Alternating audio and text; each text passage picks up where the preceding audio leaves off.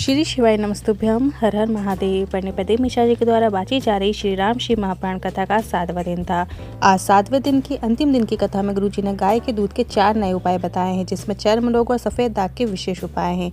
रोग मुक्ति और जीवन की परेशानियों को दूर करने के नए उपाय हैं। किसी कारणवश यदि आपने आज की कथा नहीं सुनी है तो ये वीडियो आपके लिए बहुत उपयोगी है। बढ़ते हैं आज की कथा की पहली जानकारी की ओर।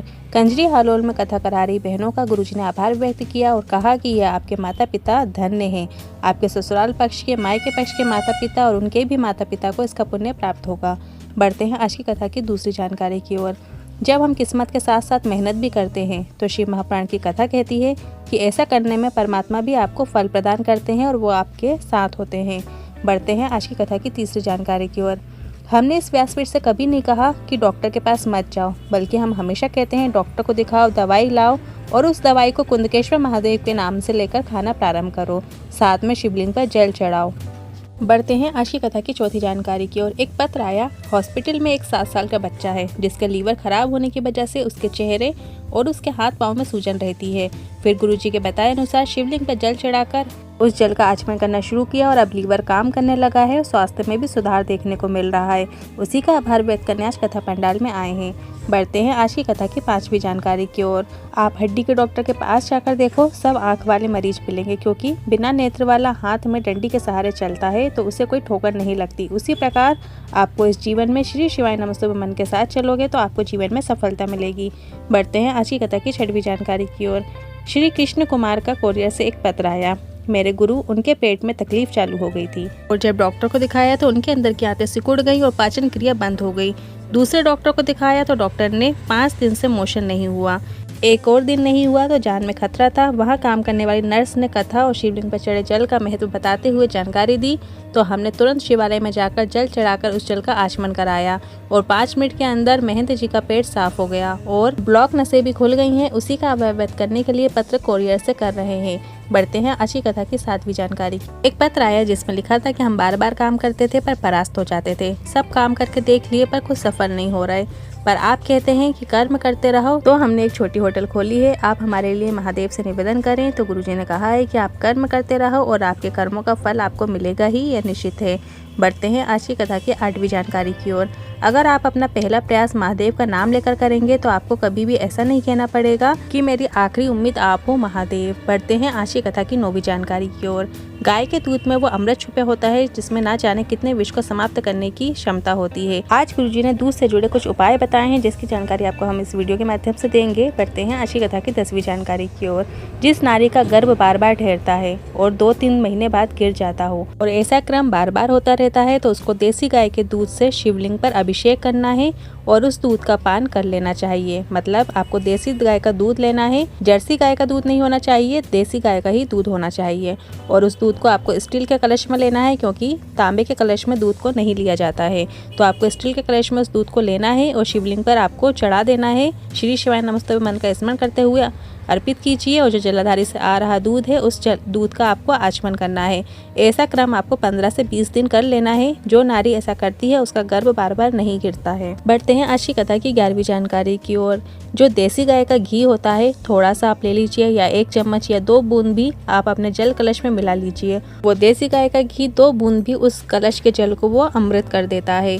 बढ़ते हैं आज की कथा की 12वीं जानकारी की ओर। अगर आप गौ माता को अपने घर में नहीं रख सकते तो आप अपने घर के नज़दीक की गौशाला में जाकर सेवा प्रदान कीजिए। आप प्रत्येक अमावस्या के दिन जाकर भी सेवा प्रदान कर सकते हैं। जब आप घर जाएंगे तो आपको घर में कितना भी कष्ट क्यों ना हो, वह कष्ट, तकलीफ, दुख, दर्द आपके जीवन से दूर हो ही जाता है। बढ़ते हैं आज की कथा की 13वीं जानकारी की ओर। गुरुजी ने 5 प्रकार की गाय बताई हैं। सुरभि, सुशीला, बहुला, नंदा और भद्रा। ये वे 5 गायें जो कि समुद्र मंथन के समय बाहर निकली थीं। बढ़ते हैं आज की कथा की 14वीं जानकारी की ओर। गुरुजी ने एक उपाय बताया है जो कि पूर्णिमा के दिन करने वाला उपाय है। पूर्णिमा के दिन गाय जब बछड़े को दूध पिलाती है और जो फेन बछड़े के मुख में लग जाता है उस फेन को चम्मच में प्राप्त कर लिया जाता है और पूर्णिमा की रात को उस फेन को श्वेत रोग जिसको हो जाता है वहाँ लगाया जाता है। और अगर फेन कम हो तो उसमें थोड़ा सा देसी गाय का दूध मिला दिया जाता है और फेन लगाने के बाद चंद्रमा के प्रकाश में आधे या 1 घंटे बैठना होता है। इसके बाद स्नान किया जाता है। इस प्रकार से ये उपाय आपको 4 से 5 पूर्णिमा करना है तो त्वचा अपने आप अपने ही पहले जैसे रंग में आना शुरू हो जाती है। बढ़ते हैं आज की कथा की 15वीं जानकारी की ओर।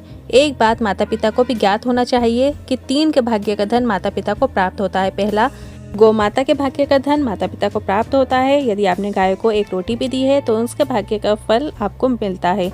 दूसरा है संत, ब्राह्मण, गुरु।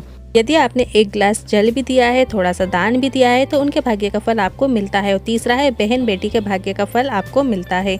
बढ़ते हैं आज की कथा की 16वीं जानकारी की ओर। 16 से 22 फरवरी रुद्राक्ष महोत्सव कुबेश्वर धाम में रहेगा, जो कि रोग मुक्ति के लिए, धन वृद्धि के लिए, मनोकामना पूर्ति के लिए, कार्य सिद्धि के लिए फ्री में 24 घंटे बटेगा। आप कभी भी जाकर रुद्राक्ष प्राप्त कर सकते हैं। कभी भी किसी समय 24 घंटे आपको रुद्राक्ष को फ्री में प्राप्त कर सकते हैं।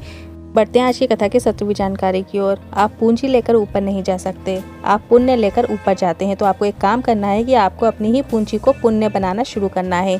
आप पूंजी को पुण्य जैसे जरूरतमंद की मदद करके, दान करके, सत्कर्म में लगाकर पूंजी को पुण्य में परिवर्तित कर सकते हैं। अब कल है 30 जनवरी और दिन है सोमवार का, तो इस दिन किए जाने वाले 3 विशेष उपाय लेकर आए हैं। सबसे पहला उपाय, यदि आपका कोई विशेष कार्य है, आप किसी कार्य के लिए जा रहे हो और आप चाहते हो कि वो पूर्ण होना ही चाहिए, तो आपको ये उपाय करना है। या आपकी विषम परिस्थिति चल रही हो तो भी आप ये उपाय कर सकते हैं। काम अटक रहा हो तो भी आपको ये उपाय करना है। आपको एक कलश में जल ले लेना है, शिव मंदिर जाना है। शिवलिंग पर आपको 1 लोटा जल चढ़ाना है। एक विशेष तरीके से शिवलिंग पर 1 लोटा जल आपको कैसे चढ़ाना है, सबसे पहले आपको गणेश जी के स्थान पर जल चढ़ाना है, फिर कार्तिकेय भगवान के स्थान पर जल चढ़ाना है, फिर बीच में जो माता अशोक सुंदरी का स्थान है वहाँ जल चढ़ाना है, जगदम्बा भवानी के जो हस्त कमल है वहाँ जल चढ़ाना है, फिर शिवलिंग पर जल चढ़ाना है। पर पूरा जल आपको शिवलिंग पर नहीं चढ़ाना है, थोड़ा सा जल आपको अपने जल कलश में बचाकर रखना है। जो जल आपने अपने जल कलश में बचाकर रखा है उसे आपको बेलपत्री के वृक्ष के नीचे समर्पित कर देना है। श्री शिवाय नमस्तुभ्यं मंत्र का स्मरण करना है। बस आपको ये उपाय करने के लिए इतना ही करना है और अपने काम के लिए निकल जाना है। बाबा से निवेदन करके निकलिएगा, आपका काम सफल जरूर होगा। दूसरा उपाय उन लोगों के लिए है जिनका व्यापार व्यवसाय ठीक से नहीं चल रहा है, धन संपदा की कमी है, घर में बरकत की कमी है। तो धन संपदा बढ़ाने के लिए सोमवार में किए जाने वाले ये विशेष उपाय है। आपको ये उपाय 5 सोमवार तक करना है। आपको एक घी का दीपक बना लेना है, लंबी बाती का दीपक बनाना है और प्रदोष काल के समय बेलपत्री के वृक्ष के नीचे आपको वो दिया प्रज्वलित करना है। श्री शिवाय नमस्तुभ्यं मंत्र का स्मरण करना है। बस आपको इतना ही करना है। साथ में जब आप दीपक प्रज्वलित कर दें उसके बाद वहीं की बेलपत्री के वृक्ष की जरा सी मिट्टी अपने घर लाकर पटक देना है। घर में धन संपदा की कभी कमी नहीं होगी। 5 सोमवार आपको ये उपाय करके देख लेना है। अगला तीसरा उपाय है सोमवार के दिन किया जाने वाला विशेष उपाय है। यदि आपको शरीर में कहीं भी गांठ हो गई है, सबसे पहले आपको एक बेलपत्र लेनी है। बेलपत्र आपको ऐसी लेनी है जो कहीं से भी कटी फटी ना हो, खंडित ना हो। और बेलपत्र के पीछे का जो डंठल है उसे तोड़कर इसके बाद आपको वो बेलपत्र शिवलिंग पर आपको अर्पित करना है। शिवलिंग पर अब आप कैसे बेलपत्र अर्पित करेंगे वो जान लीजिए। जो बेलपत्र की डंडी का मुख है वो जलाधारी की ओर रखकर आपको बेलपत्र अर्पित करनी है। इसके बाद आपको 1 लोटा जल शंकर भगवान की शिवलिंग पर अर्पित करना है।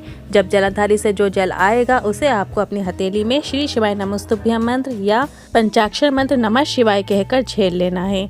उसे आपको अपने हथेली में झेल लेना है। इसके बाद जो आपने शिवलिंग पर बेलपत्र चढ़ाई है उसे निवेदन कर कर उठा लीजिए और मंदिर से बाहर आकर बैठ जाइए।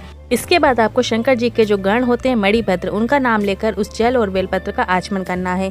बेलपत्र का आचमन करने का भी एक तरीका होता है। सीधी बेलपत्र उठाकर आपको नहीं खाना है। सबसे पहले आपको लेफ्ट साइड वाली पत्ती को खाना है, फिर राइट साइड वाली पत्ती को खाना है और आखिरी में आपको बीच वाली पत्ती का आचमन करना है। इस तरीके से आपको पूरी बेलपत्र का आचमन कर लेना है।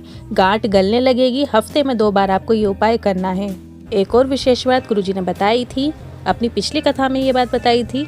घर के शिवलिंग पे जब आप पूजन करते हैं, यदि रोज बेलपत्र लाना संभव ना हो तो उसके लिए गुरुजी ने बताया है कि आप जो भी चालीसा करते हैं, रोज आप कोई चालीसा करते होंगे, उसमें एक बेलपत्र आप रख लीजिए। और जब आप रोज पूजा करने बैठेंगे तो आप चालीसा खोलेंगे ही, पढ़ेंगे ही, उसमें से वो बेलपत्र निकाल कर आप शिवलिंग पर अर्पित कर दीजिए। और जितनी देर आप चालीसा पढ़ेंगे वो बेलपत्र शिवलिंग पर अर्पित रहेगी। जब आपका चालीसा पूरा हो जाए इसके बाद वापस शिवलिंग पर से बेलपत्र उठाकर आप अपने चालीसा पर रख सकते हैं। उतने में ही आपको शिवलिंग पर बेलपत्र चढ़ाने का पूरा पुण्य मिलेगा। और एक और बात गुरुजी ने बताई है, यदि आपके घर में शिवलिंग है, जब आप रोज शिवलिंग पर जल चढ़ाते हो, स्नान कराते हो, तो उसको एक अलग पात्र में रखकर स्नान कराएं।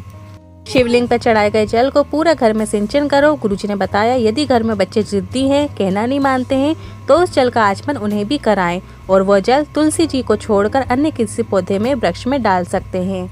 यदि आज के उपायों को लेकर मन में कोई सवाल है, क्वेश्चन है तो आप कमेंट बॉक्स के जरिए पूछ सकते हैं। यदि वीडियो थोड़ी भी उपयोगी लगी हो तो वीडियो को लाइक करके कमेंट बॉक्स में हर हर महादेव जरूर टाइप कीजिएगा। श्री शिवाय नमस्तुभ्यम।